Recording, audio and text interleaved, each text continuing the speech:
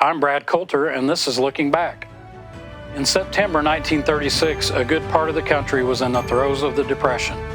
Although Connersville was suffering, it wasn't in as sad a shape as some cities. Automobile manufacturing and the niche vehicles that were built here provided a small measure of stability. E.L. Cord was doing his best to keep it going.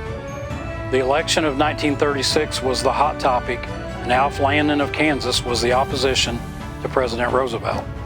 On September 5, 1936, FDR was coming through Indianapolis on a whistle-stop tour, but was not slated to make extra stops.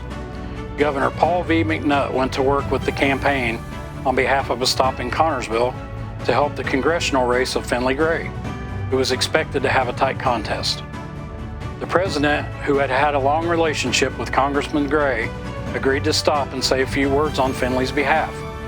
The pair had a lengthy friendship, as Finley Gray had served on the Naval Affairs Committee in the House when FDR was Assistant Secretary of the Navy under President Woodrow Wilson.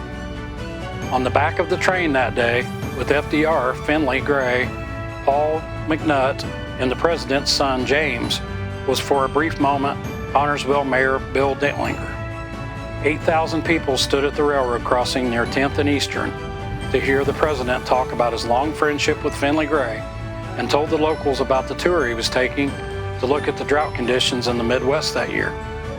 After a few minutes and a delegation of little girls presenting Betsy Roosevelt with flowers, the train was back on its way to Washington.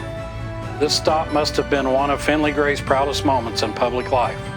President Roosevelt went on to win the biggest landslide in presidential history and carried Finley Gray into his last victory. He would retire in the spring of 1939.